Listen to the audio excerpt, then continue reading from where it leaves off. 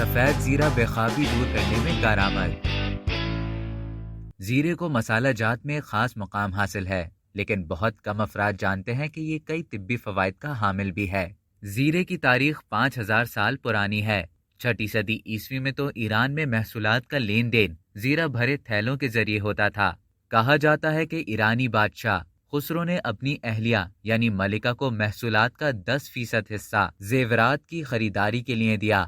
ملکہ نے جب تھیلے کھولے تو یہ دیکھ کر وہ حیران رہ گئیں کہ ان میں زیرہ بھرا تھا۔ انگریزی میں کیومن کہلائے جانے والا سفید زیرہ قدرت کا ایک انمول تحفہ ہے جو کھانوں کی لذت تو بڑھاتا ہی ہے مگر کئی امراض میں بھی اس کی افادیت مسلمہ ہے۔ سفید زیرہ بے خوابی کی شکایت میں بطور دوا کام کرتا ہے۔ اس کے لیے سفید زیرہ بھون کر اس کا سفوف بنا کر کسی بوتل میں بھر کر رکھ دیں اور رات کو بستر پر لیٹنے سے کچھ دیر قبل یہ سفوف پکے ہوئے کیلے کے گودے میں مکس کر کے کھا لیں۔ اس نسخے کے استعمال سے بہت جلد پرسکون اور گہری نیند آ جائے گی۔ چھوٹے بچوں کے پیٹ کے کیڑے کی شکایت کے لیے سفید زیرہ تریاق ثابت ہوتا ہے۔